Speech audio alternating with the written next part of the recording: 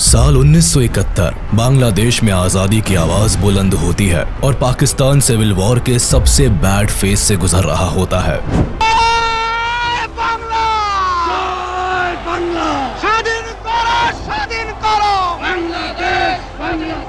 Pakistani army और Bangladeshi revolutionaries के बीच एक तरफ बड़ा घमासान जारी रहता है, वहीं दूसरी तरफ बांग्लादेश खुद को एक अलग देश घोषित कर चुका होता है। इसी बीच 3 दिसंबर 1971 को भारत के खिलाफ पाकिस्तान ऑपरेशन चंगेज खान लॉन्च कर देता है। पाकिस्तान एयरफोर्स इंडिया के कई एयरफील्ड्स पर बमबारी करना शुरू कर देती है और अब भारत भी इस जंग में शामिल हो जाता है और इसी के साथ शुरुआत होती है इंडिया पाकिस्तान वॉर ऑफ 1971 की।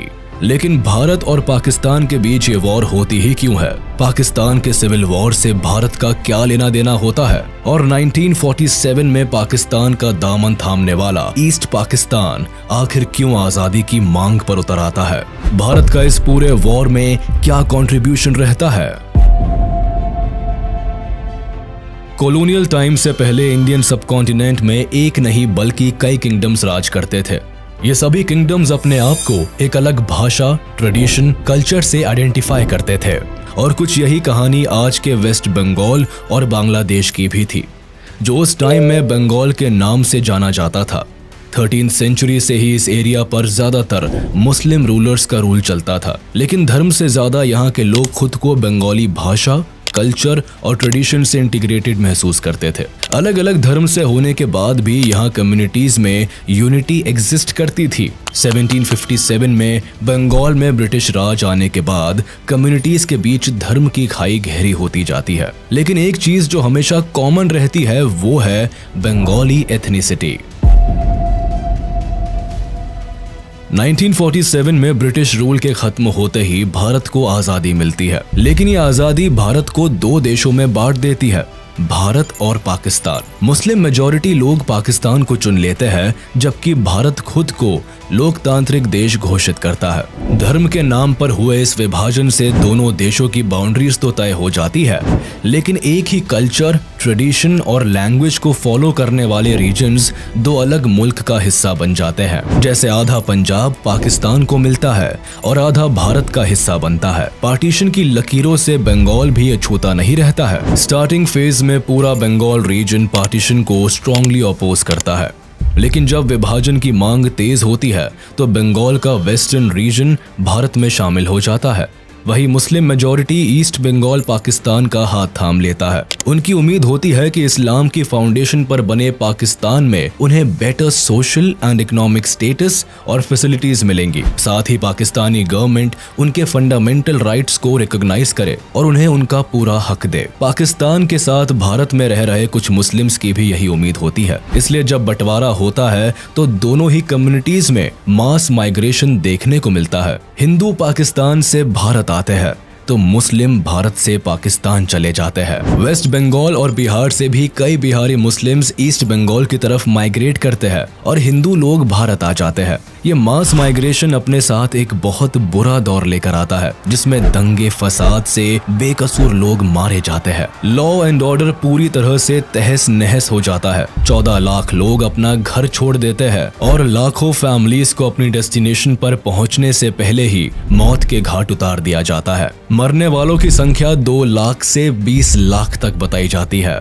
इन टफेस्ट सिचुएशंस के बीच इंडिया का डिवीजन हो जाता है और एक नई कंट्री दुनिया को मिलती है, पाकिस्तान, जिसके 2 हिस्से होते हैं, वेस्ट पाकिस्तान और ईस्ट पाकिस्तान, जो एक दूसरे से 1600 किलोमीटर की दूरी पर होते हैं। पाकिस्तान की फॉर्मेशन में मेजॉरिटी भले ही मुस्लिम्स की होती है, लेकिन सभी एक अलग एथनिक ग्रुप को रिप्रेजेंट करते हैं।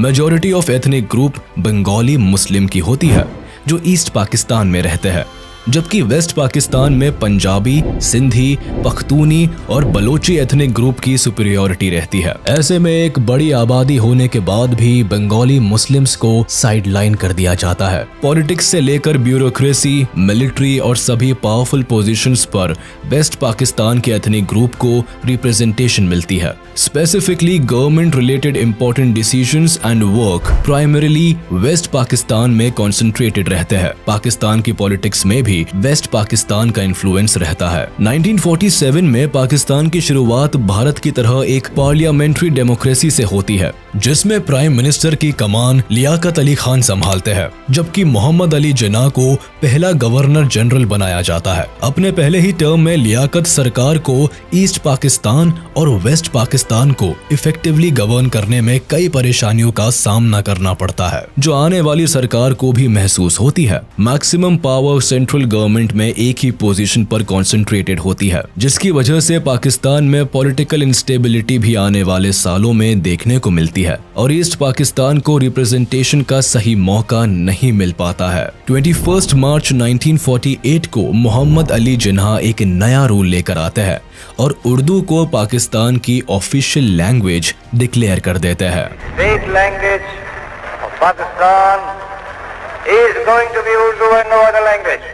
जिन्ना का ये डिक्लेरेशन ईस्ट पाकिस्तान को हिला कर रख देता है। वेस्ट पाकिस्तान के उर्दू इम्पोजिशन को ईस्ट पाकिस्तान में भारी क्रिटिसिज्म झेलना पड़ता है। बंगाली मुस्लिम्स के लिए उर्दू एक एलीट भाषा होती है, जिसे केवल हाई ऑफिशियल्स ही बोलते थे, जबकि ईस्ट पाकिस्तान में दशकों से बच्चा बच्चा बंगाली भाषा बोल रहा होता है। भाषा की जबरदस्ती से ईस्ट पाकिस्तान में बंगाली लैंग्वेज मूवमेंट की शुरुआत होती है। अपनी भाषा को बचाने के लिए लोग सड़कों पर उतर आते हैं। स्टूडेंट और पॉलिटिकल एक्टिविस्ट उर्दू इम्पोजिशन को अपनी भाषा पर एक गहरी चोट की तरह लेते हैं। ईस्ट बंगाल की प्राइमरी लैंग्वेज बंगाली होती है। 1952 आते आते ईस्ट बंगाल में प्रोटेस्ट इतने तेज हो जाते हैं कि सरकार को सेक्शन 144 इम्पोज करना पड़ता है, यानी 3 से ज्यादा लोगों का एक साथ खड़ा होना फॉरबिड कर दिया जाता है। इस कानून के खिलाफ 21 फरवरी को ढाका यूनिवर्सिटी के स्टूडेंट्स एक साथ इकट्ठे होते हैं, लेकिन सेक्शन 144 के तहत पुलिस उन्हें हिरासत में ले लेती है। इससे स्टूडेंट्स की भीड़ और भी ज्यादा भड़क जाती है और student east Bengal legislative assembly में घुसने की कोशिश करते हैं। उन्हें रोकने के लिए पुलिस प्रदर्शनकारियों पर ओपन फायर करती है, जिसमें 5 लोगों की मौत हो जाती है। आगे चलकर ये दिन बांग्लादेश के इतिहास में अमर हो जाता है और आज भी इसी दिन को बांग्लादेश अपने लैंग्वेज मार्टर्स डे के तौर पर मनाता है। सरकार और बंगालियों का ये क्लैश इस कदर बढ़ जाता है कि 1956 में सरकार को बंगाली भाषा को ऑफिशियल स्टेटस और 1956 में स्टेट लैंग्वेज का दर्जा देना पड़ता है। ईस्ट पाकिस्तान में रह रहे लोगों की मांग तो पूरी हो जाती है, लेकिन सरकार के साथ इनकी नाराजगी खत्म नहीं होती, बल्कि ये घटना आग में घी का काम करती है। पाकिस्तान की फॉर्मेशन में मेजॉरिटी भले ही मुस्लिम्स की होती है, लेकिन सभी एक अलग एथनिक ग्रुप को रिप्रेजेंट करते हैं। पाकिस्तान में कई सरकारें बनती बिगड़ती है, कई बार मिलिट्री रूल भी देखने को मिलता है, लेकिन सरकार बनाने का मौका ईस्ट पाकिस्तान के लोगों के हाथ में कभी नहीं आता। उन्हें पॉलिटिकल रिप्रेजेंटेशन से तो दूर रखा ही जाता है, साथ ही ईस्ट पाकिस्तान के डेवलपमेंट पर भी ध्यान नहीं दिया जाता। 70% से भी ज्यादा नेशनल बजट वेस्ट पाकिस्तान के डेवलपमेंट पर लगाया जाता है, जबकि पाकिस्तान की आधी पॉपुलेशन ईस्ट पाकिस्तान में सेंटर्ड होती है। यही से पाकिस्तान को अपना 62% रेवेन्यू भी मिलता है। फिर भी इस हिस्से की ग्रोथ रेट 2.6% होती है, जबकि वेस्ट पाकिस्तान 4.4% की ग्रोथ से बढ़ता है। एक ही देश के दोनों हिस्सों में इस हद तक इकोनॉमिक डिस्क्रिमिनेशन होने से गवर्नमेंट और बंगाली लोगों के बीच की खाई गहरी होती चली जाती है। 1966 में मामला तब ज्यादा बिगड़ जाता है जब ईस्ट पाकिस्तान की अवामी लीग पार्टी सेंट्रल गवर्नमेंट के सामने इकोनॉमिक डेवलपमेंट को लेकर 6 पॉइंट की डिमांड उठाती है। पार्टी के लीडर शेख मुजीबुर रहमान इन डिमांड्स को पेश करते हैं, जिसमें साफ कहा जाता है कि ईस्ट पाकिस्तान को एक ग्रेटर ऑटोनॉमी बना दिया जाए, इसके रिसोर्सेज को यूज करने की पावर ईस्ट पाकिस्तान की सरकार के हाथ में दी जाए, यहाँ तक कि ईस्ट पाकिस्तान की अपनी एक अलग करेंसी हो, साथ ही वहां एक अलग रिजर्व बैंक स्टैब्लिश किया जाए। इसके अलावा ईस्ट पाकिस्तान को फॉरेन रिजर्व रखने की पावर भी दी जाए और इनके पास अपनी एक अलग डिफेंस फोर्स हो। अवामी लीग की ये डिमांड सत्ता में बैठी सरकार की जड़ें हिला देती है। इन पॉइंट से जाहिर होता है कि ईस्ट पाकिस्तान को इंडिपेंडेंट कंट्री बनाने की कोशिश की जा रही है। सरकार इन सभी पॉइंट्स को रिजेक्ट कर देती है और इन डिमांड्स को देश के खिलाफ बताती है। अवामी लीग भी इस फैसले से चुप नहीं बैठती और कंटिन्यूअस इस पर काम काम करती है। इसीलिए 1968 में सरकार अवामी लीग के लीडर शेख मुजीबुर रहमान और कई ऑफिशियल्स को देश के खिलाफ कॉन्स्पिरेसी रचने के इल्जाम में अरेस्ट कर लेती है। उस वक्त पाकिस्तान में जनरल अयूब खान की सरकार होती है और वो इल्जाम लगाते हैं कि अवामी लीग अगरतला में भारत सरकार के साथ मिलकर एक आजाद देश बनाने की साजिश कर रही है। लेकिन उनके ये सभी चार्जेस ईस्ट पाकिस्तान में काम नहीं करते, क्योंकि तब तक शेख मुजीबुर अवाम के बीच एक पॉपुलर लीडर बन चुके होते हैं। यह बंगाली अवाम के लिए उनकी आवाज बन चुके होते हैं। लोग अपने सुनहरे भविष्य की उम्मीद अवामी लीग से लगाकर रखते हैं। इसीलिए जब शेख मुजीबुर के अरेस्ट की खबर ईस्ट पाकिस्तान की जनता को मिलती है तो लोग सड़कों पर उतर आते हैं, जगह जगह प्रोटेस्ट होने लगते हैं। लोगों में इस कदर गुस्सा भरा होता है कि सरकार को मजबूरन घुटने टेकने पड़ते हैं। 22 फेब 1969 को शेख मुजीबुर को रिहा कर दिया जाता है, लेकिन ईस्ट पाकिस्तान में प्रोटेस्ट इस कदर बढ़ जाते हैं कि जनरल अयूब खान को रिजाइन करना पड़ता है। इसके बाद प्रेसिडेंट का पद संभालते हैं जनरल याह्या खान, जो 1970 में पाकिस्तान में पहली बार जनरल इलेक्शन कराते हैं। Elections will take place. I have left this decision to the Chief Election Commissioner.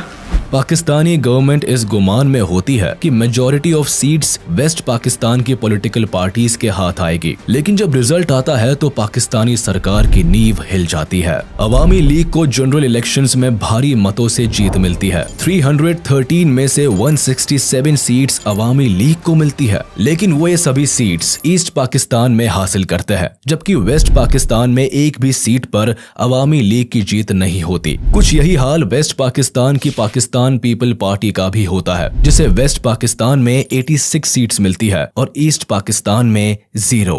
Awami league को पाकिस्तान में सरकार बनाने का अधिकार तो मिल जाता है, लेकिन ये वेस्ट पाकिस्तान की पॉलिटिकल पार्टीज को जरा भी रास नहीं आता। इसीलिए याह्या खान और PPP leader Zulfikar Ali Bhutto military officials के साथ मिलकर नेशनल असेंबली को कैंसिल करने का प्लान बनाते हैं। 1 मार्च 1971 को प्लान के according Yahya Khan national assembly को कैंसिल कर देते हैं। ईस्ट पाकिस्तान की आवाम इस नाइंसाफी के खिलाफ आवाज उठाने से पीछे नहीं रहती। डेमोक्रेसी का ऐसा मजाक बनता देख लोग प्रोटेस्ट कर देते हैं। पहली बार ईस्ट पाकिस्तान में आजादी के नारे लगते हैं। सभी लोग साथ मिलकर एक नए देश की मांग करते हैं और बांग्लादेश नाम दुनिया के सामने आता है। अवामी लीग पार्टी भी अपनी आवाज बुलंद करती है और शेख मुजीबुर जनता के सपोर्ट में उतर आते हैं।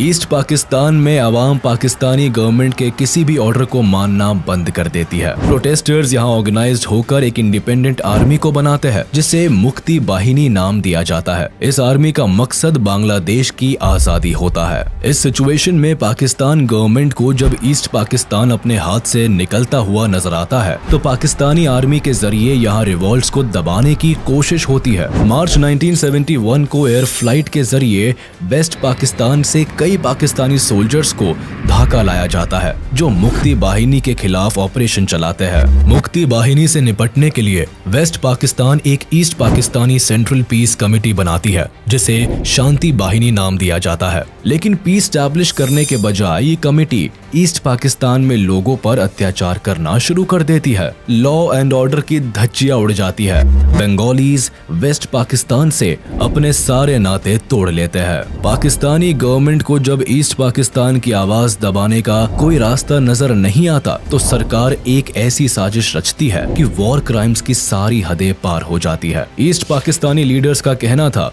कि वेस्ट पाकिस्तान उनके 6 पॉइंट मूवमेंट को मान ले, जिसके बाद वो सब हार्मनी के साथ रह सकते हैं। लेकिन पाकिस्तानी आर्मी को ये बात मंजूर नहीं होती। 25 मार्च 1971 को पाकिस्तानी आर्मी ईस्ट पाकिस्तान में एक खतरनाक जेनोसाइड प्लान करती है, जिसे ऑपरेशन सर्च लाइट नाम दिया जाता है। इसका मकसद बांग्लादेश की आजादी की मांग करने वाले सभी रेवोल्यूशनरीज को टारगेट करना होता है। साथ ही उन लोगों को भी मौत के घाट उतारना होता है जो अलग देश की मांग कर रहे होते हैं। कहने को तो ये पाकिस्तानी आर्मी का एक अभियान होता है, लेकिन सही मायनों में ये एक वॉर क्राइम का एक्ट साबित होता है, जिसका मकसद ईस्ट पाकिस्तान में जेनोसाइड और पब्लिक मैसेकर को अंजाम देना होता है। 25 मार्च बांग्लादेश के लोगों के लिए सबसे काली रात साबित होती है। Troops from West Pakistan, Punjabis, savagely terrorized the Bengali population of East Pakistan. Perhaps 1 million people died. हजारों पाकिस्तानी सोल्जर्स ढाका में घुसते हैं, कर्फ्यू इम्पोज किया जाता है, टेलीफोन या रेडार सब बंद कर दिए जाते हैं, सभी फॉरेन जर्नलिस्ट को पहले ही डिपोर्ट कर दिया जाता है, पूरे शहर को सील करके सबसे पहले शेख मुजीबुर को अरेस्ट किया जाता है। ऑपरेशन सर्च लाइट में पाकिस्तानी सेना ने लगभग 10 लाख से ज्यादा बांग्ला बोलने वाले ईस्टर्न पाकिस्तानियों को मौत के घाट उतार दिया। इस मैसेकर में ज्यादातर नेता, क्रांतिकारी, बंगाली, अवामी पार्टी के मेंबर्स और आम जनता को बुरी तरह से टारगेट किया गया। इस भयंकर मैसेकर के बाद लाखों लोग भागकर भारत में शरण लेने आ जाते हैं। 25 मार्च की रात शुरू हुआ ये वॉर क्राइम लगभग अगले 8 महीनों तक चला, जिसमें 30 लाख से ज्यादा लोग पाकिस्तानी आर्मी के अत्याचार से मारे गए। हजारों को यही बुरी तरह से घायल कर दिया गया। यहाँ सबसे दिल दहला देने वाली बात ये हुई कि पाकिस्तानी आर्मी ने ईस्ट पाकिस्तान में लगभग 4 लाख लड़कियों और औरतों के साथ सामूहिक बलात्कार किया और उनका रेप करके उन्हें पब्लिकली परसिक्यूट कर दिया। पाकिस्तानी आर्मी के इस तरह के शर्मनाक काम को जब यूएस प्रेसिडेंट तक पहुंचाया गया, तब भी यूएस ने इस जेनोसाइड को रोकने का कोई काम नहीं किया, उल्टा अपने एलाइज पाकिस्तान को वॉर में सपोर्ट करते रहे। और इससे पहले ही शेख मुजीबुर ईस्ट पाकिस्तान को इंडिपेंडेंट कंट्री घोषित कर देते हैं और इसे बांग्लादेश नाम देते हैं। 27 मार्च को मेजर जियाउर रहमान खुद ये डिक्लेरेशन पब्लिक को पढ़कर सुनाते हैं। State of Bangladesh, on behalf of our great national leader, the Supreme Commander of Bangladesh, Sheikh Mujibur Rahman, do hereby proclaim the independence of Bangladesh. Bangladesh को आजाद देश घोषित कर दिया जाता है, लेकिन यह आजादी इतनी भी आसान नहीं होती। मेजर शहरों को अपने कंट्रोल में लेने के लिए एक ही रात में 7,000 इनोसेंट बंगाली लोगों को मौत के घाट उतार दिया जाता है। इस मैसेकर में एक ही हफ्ते के अंदर 3 लाख से भी ज्यादा बंगाली लोगों का कत्लेआम कर दिया जाता है, लाखों औरतों का रेप किया जाता है। पाकिस्तानी आर्मी अपने ही देश के लोगों को इस कदर टॉर्चर करती है कि डरकर 10 मिलियन से भी ज्यादा लोग बांग्लादेश छोड़कर भारत में घुस आते हैं। कुछ ही दिनों में लोग अपना घर परिवार सब कुछ खो बैठते हैं। भारत पहले से बांग्लादेश की सिचुएशन पर नजर रख रहा होता है, लेकिन जब लाखों की संख्या में रेफ्यूजीज धीरे धीरे भारत की तरफ आते हैं, तो भारत की मुश्किलें भी बढ़ जाती है। भारत भी इस कॉन्फ्लिक्ट का हिस्सा बन जाता है। इसीलिए भारत सरकार अवामी पार्टी के कई लीडर्स को अपने देश में शरण देती है। 10 अप्रैल 1971 को अवामी लीडर्स कोलकाता में ही people republic of Bangladesh government को बनाते हैं। शेख मुजीबुर रहमान को बांग्लादेश का प्रेसिडेंट चुन लिया जाता है, जबकि तजुद्दीन अहमद को प्राइम मिनिस्टर बनाया जाता है। लेकिन भारत की असल समस्या 10 मिलियन रेफ्यूजीज को लेकर होती है। आखिर इतने बड़ी संख्या को सर्व करना भारत के लिए मुश्किल होता है। रेफ्यूजीज के आने जाने से भारत पर एक बड़ा इकोनॉमी बर्डन पड़ता है। साथ ही बांग्लादेश में चल रहा जेनोसाइड भी भारत सरकार के लिए कंसर्न बनता जा रहा था। इसीलिए इंदिरा गांधी फैसला लेती है कि बांग्लादेश की आजादी की इस लड़ाई में भारत भी शामिल होगा। 28 अप्रैल 1971 प्रधानमंत्री Indira Gandhi chief of army staff general Sam Manekshaw से बांग्लादेश की सिचुएशन डिस्कस करती है और उन्हें कहती है कि वो जंग की तैयारी करे। लेकिन मानेकशॉ वॉर चैलेंजेस को बताते हुए इतनी जल्दी वॉर पर जाने को अवॉइड करते हैं। वो बताते हैं कि मॉनसून के मंथ में बांग्लादेश में बाढ़ की स्थिति पैदा हो जाती है और ऐसी सिचुएशन में लड़कर जीत हासिल करना मुश्किल हो सकता है। इसीलिए वॉर का राइट टाइम नवंबर दिसंबर की विंटर्स रखा जाता है। प्रधानमंत्री जनरल्स को पूरी आजादी देती है कि वो जब चाहे तब ऑपरेशन स्टार्ट कर सकते हैं। हम हर तरह से मुक्ति वाहिनी की सहायता करेंगे, बांग्लादेश के लोगों की मदद करेंगे। इंडियन आर्मी अपने काम की शुरुआत मुक्ति बाहिनी को ट्रेनिंग देने से शुरू करती है। सैम मानेकशॉ की लीडरशिप में इंडियन आर्मी मुक्ति बाहिनी को गोरिल्ला वॉरफेयर के लिए ट्रेन करती है। उन्हें हर एक टैक्टिक और स्ट्रेटेजी सिखाई जाती है जिससे वो पाकिस्तानी आर्मी पर भारी पड़ सके। साथ ही भारत की तरफ से वेपन्स की सप्लाई भी मुक्ति बाहिनी को दी जाती है। भारत अब तक इनडायरेक्टली ही इस युद्ध का हिस्सा होता है। रियलिटी में पाकिस्तान और भारत के बीच अब तक कोई क्लैश नहीं होता। 3 दिसंबर 1971 को सिचुएशन तब बदल जाती है जब पाकिस्तान ऑपरेशन चंगेज खान को लॉन्च कर देता है और ये उसकी सबसे बड़ी भूल साबित होती है। वो भारत के 11 एयरफील्ड्स को निशाना बनाता है। अमृतसर, आगरा, पठानकोट, जोधपुर, श्रीनगर, अंबाला जैसे 11 एयरफील्ड्स को टारगेट किया जाता है। रेडार स्टेशन को डिस्ट्रॉय करने की कोशिश की जाती है। पाकिस्तान की तरफ से जंग का बिगुल बज चुका होता है और उसी शाम इंदिरा गांधी भी रेडियो मैसेज देकर जनता को इसकी जानकारी देती है। कुछ ही घंटे पहले करीब 5:30 बजे शाम के 3 दिसंबर पाकिस्तान ने हमारे ऊपर एक हमला किया। पाकिस्तानी हवाई जहाजों ने हमारे अमृतसर, पठानकोट, श्रीनगर, अवंतीपुर, उत्तरलाई, जोधपुर, अंबाला और आगरे के हवाई अड्डों पर बमबाजी की। पश्चिमी पाकिस्तान की लड़ाई थी, वो लड़ाई भारत पर भी आ गई है। इस चुनौती का सामना जोरों से करना है। मुझे जरा भी संदेह नहीं है कि विजयी भारत की जनता की, भारत की बहादुर सेना की होगी।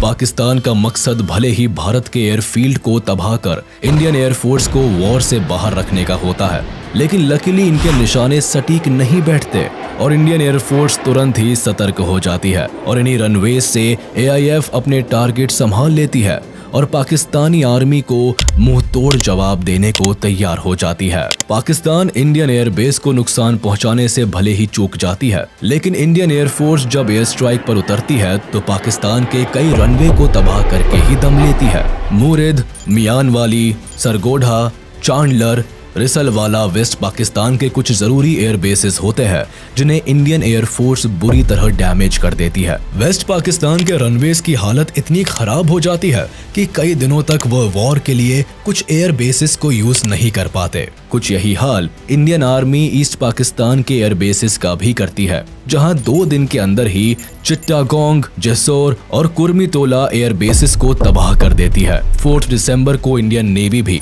पाकिस्तानी नेवल आर्मी को मुंह तोड़ जवाब देने से बाज नहीं आती। इंडियन नेवी को जानकारी होती है कि कराची पोर्ट पाकिस्तान नेवी का सबसे बड़ा हेडक्वार्टर होता है। ये पोर्ट पाकिस्तान के मैरीटाइम ट्रेड के लिए भी सबसे इम्पोर्टेंट है। इसे नुकसान हुआ तो पाकिस्तान की इकोनॉमी क्रैश कर सकती है।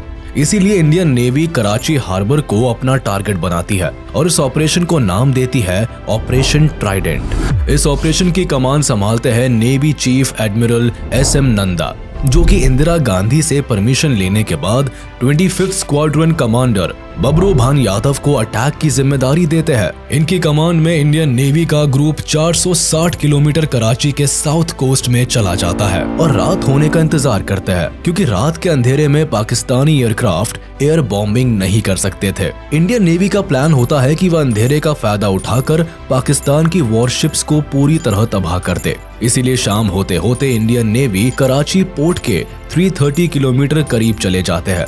इनके पास INS Veer, INS Nirghat and INS Nipat जैसी मिसाइल बोट्स और 2 anti submarine corvettes INS Kiltan और INS कच्चल होती है। सभी वॉरशिप्स भारी मिसाइल से लैस होती है। रात को जब पाकिस्तानी नेवी को अंदाजा भी नहीं होता कि वह बड़े हमले का शिकार होने वाले हैं, तभी इंडियन वॉरशिप्स कराची से 130 किलोमीटर की दूरी से ही पाकिस्तानी वॉरशिप का पता लगा लेती है।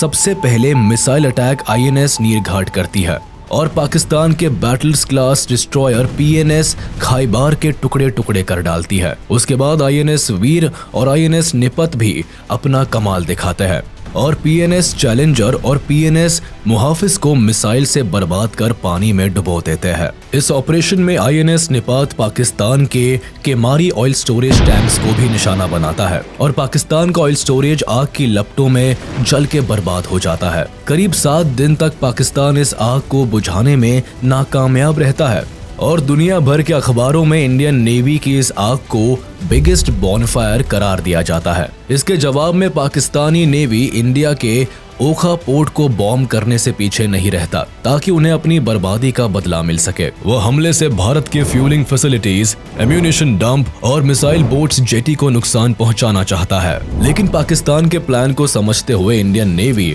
अपनी मिसाइल बोट्स को पहले ही ओखा पोर्ट से हटा देता है और यहाँ भी पाकिस्तान के हाथ केवल हार ही आती है। इंडियन नेवी का ये पहला ऑपरेशन होता है जिसमें एंटी मिसाइल्स का इस्तेमाल किया जाता है और आज के दिन इस दिवस को इंडियन नेवी डे के रूप में मनाया जाता है। इसके अलावा पाकिस्तानी नेवी को इस वॉर में सबसे ज्यादा डर INS विक्रांत का भी होता है। उन्हें ये जानकारी होती है कि INS विक्रांत जंग की तस्वीर पलट कर रख सकता है। क्योंकि INS विक्रांत शान से बे ऑफ बंगाल के रास्ते ईस्ट पाकिस्तान पर एयरफोर्स को कैरी किए हुए ऑलरेडी एक्टिव था, इसलिए पाकिस्तानी आर्मी इसे बर्बाद करने के लिए PNS गाजी को इस रूट में भेजती है। लेकिन मामला उल्टा पड़ जाता है। नेवल सबमरीन PNS गाजी कराची से बे ऑफ बंगाल की तरफ आती है, लेकिन इसके पहले वो अपने प्लान को एक्टिवेट कर पाता इंडियन नेवी की डिफेंस फोर्स को इस साजिश की खबर लग जाती है।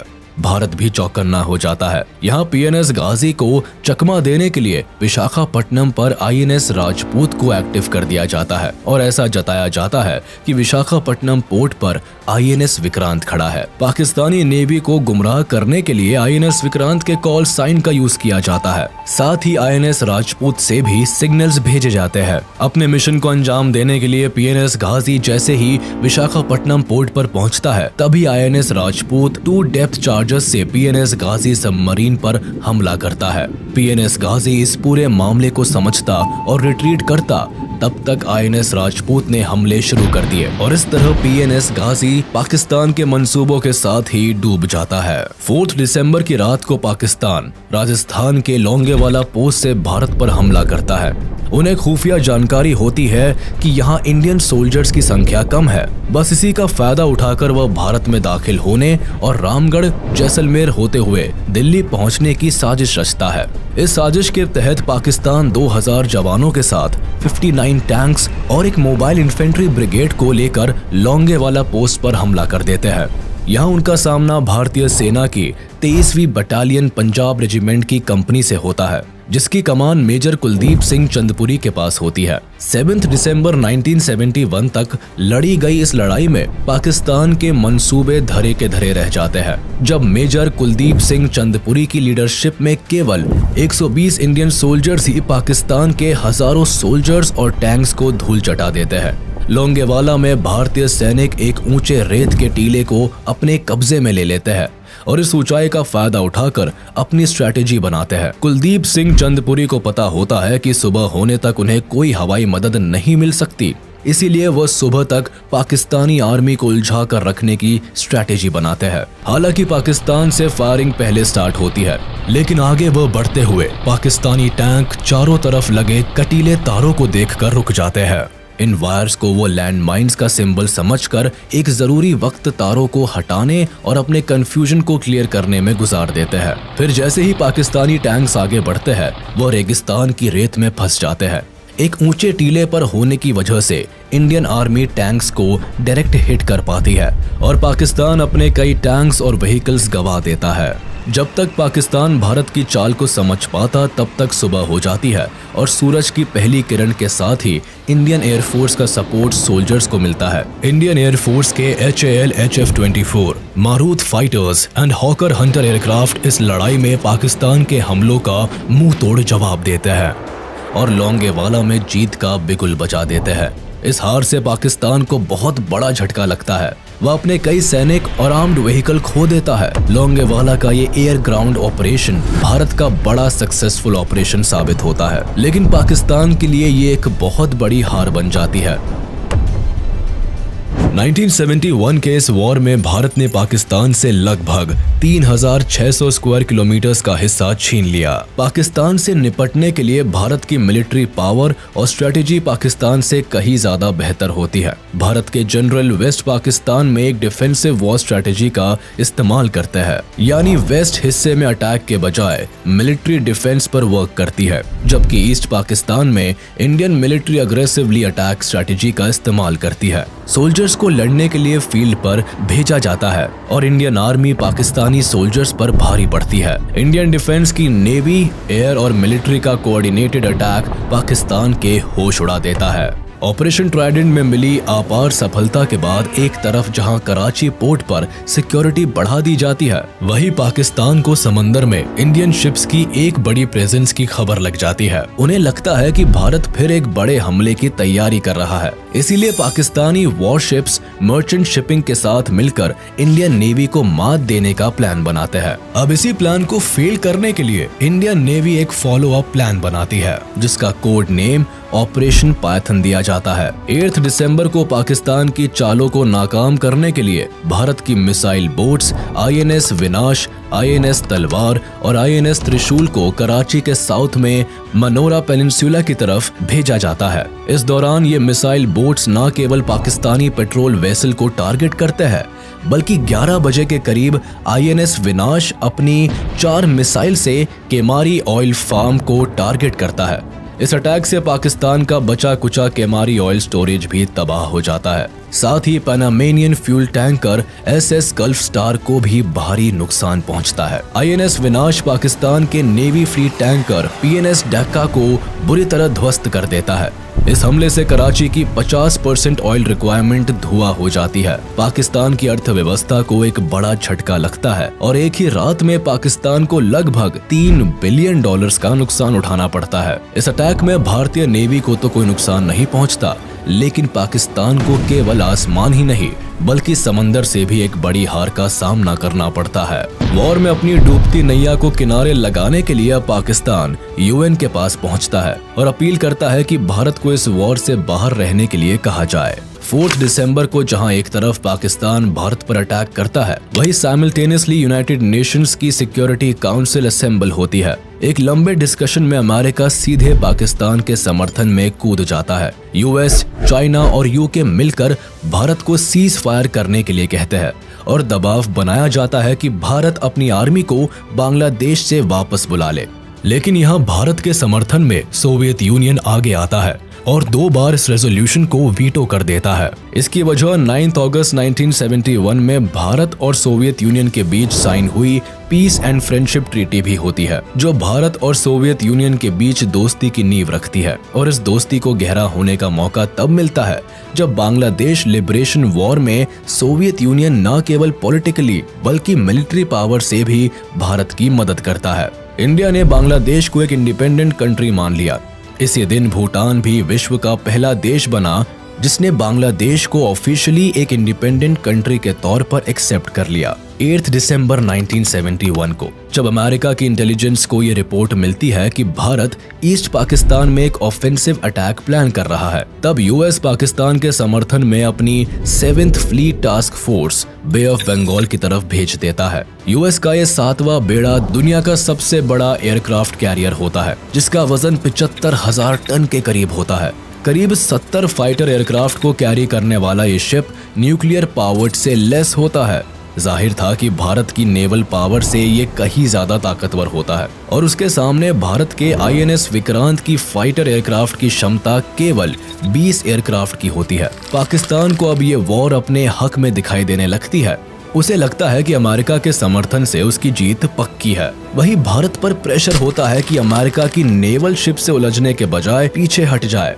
सिचुएशन यहाँ हाथ से निकलती दिखाई देती है, क्योंकि UK भी पाकिस्तान के समर्थन में HMS ईगल को अरेबियन सी में उतारता है। इनकी साजिश भारत की नेवल शिप को एक पिंसर अटैक में फंसाने की होती है। भारत इस सिचुएशन से निकलने के लिए सोवियत को SOS भेजता है और इंडो सोवियत सिक्योरिटी ट्रीटी को एक्टिवेट करने के लिए कहता है, जिसके तहत किसी भी आउटसाइड अटैक होने पर सोवियत यूनियन भारत को प्रोटेक्ट करने के लिए बाध्य है। मैसेज मिलते ही ब्रिटिश अमेरिकन थ्रेट को काउंटर करने के लिए सोवियत जल्द ही कमांडर एडमिरल व्लादिमीर क्रुगलियाकोव के अंदर अपने 10th ऑपरेटिव बैटल ग्रुप को भारत की मदद के लिए भेजते हैं। सोवियत का ये पैसिफिक बेड़ा nuclear armed ships, atomic submarines और मिसाइल से लेस होता है और समंदर में ब्रिटिश और अमेरिकन बेड़े को काउंटर करने के लिए उन्हें अपने टारगेट रेंज में ले आते हैं। जिससे पहले UK और अमेरिका बे ऑफ बंगाल में एंटर कर पाए, उससे पहले ही रशियन शिप्स ब्रिटेन और अमेरिकन शिप्स को अपनी मौजूदगी का एहसास करा देती है। इसीलिए ब्रिटिश शिप्स मेडागास्कर की तरफ निकल जाती है, जबकि यूएस नेवी भी अपनी टास्क फोर्स को पीछे ले लेती है। सोवियत का साथ मिलते ही भारत की एयर, नेवी और लैंड मिलिट्री डिफेंस एक साथ मिलकर पाकिस्तानी आर्मी को घुटने टेकने पर मजबूर कर देती है। ईस्ट पाकिस्तान में पाकिस्तानी आर्मी की एयर सप्लाईज कट ऑफ कर दी जाती है। नेवल रूट्स को इंडियन नेवी ब्लॉक कर देती है और जमीन पर मुक्ति बाहिनी पाकिस्तान आर्मी की जान की दुश्मन बन जाती है। 12 दिसंबर आते आते इंडिया पाकिस्तान वॉर में पाकिस्तान एक बड़ी हार के सामने खड़ा होता है। इनकी सेना को बुरी तरह खदेड़ दिया जाता है। वेस्ट पाकिस्तान का लगभग 13,000 किलोमीटर वर्ग इलाका अब भारत के कंट्रोल में होता है और पाकिस्तानी सोल्जर्स के पास बचने का कोई रास्ता नहीं होता है।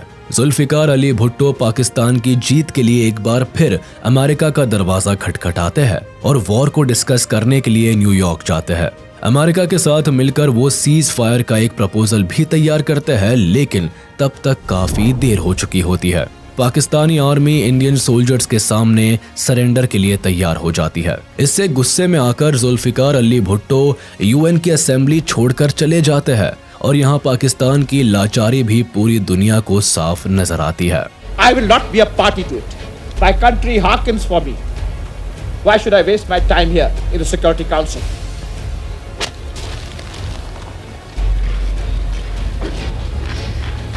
Major general JFR Jacob lieutenant general AAK Niazi के सामने इंस्ट्रूमेंट ऑफ सरेंडर का प्रपोजल रखते हैं, तो लेफ्टिनेंट जनरल AAK नियाजी इसे साइन करने से इनकार कर देते हैं। लेकिन मेजर जनरल जेकब उन्हें ये कहकर 30 मिनट का सोचने का समय देते हैं कि अगर ये इंस्ट्रूमेंट साइन नहीं हुआ तो पाकिस्तानी आर्मी के 1 लाख से भी ज्यादा सोल्जर्स की मौत के जिम्मेदार वो होंगे और मुक्ति बाहिनी को रोकने के लिए भारत आगे नहीं आएगा। 16 दिसंबर 1971 को ढाका में पाकिस्तानी आर्मी के 93,000 सोल्जर्स इंडियन आर्मी के सामने सरेंडर कर देते हैं। सभी अपनी बंदूक इंडियन आर्मी के सामने झुका देते हैं। वर्ल्ड वॉर 2 के बाद ये दुनिया का सबसे बड़ा सरेंडर होता है, जहां लगभग 1 लाख से ज्यादा सोल्जर्स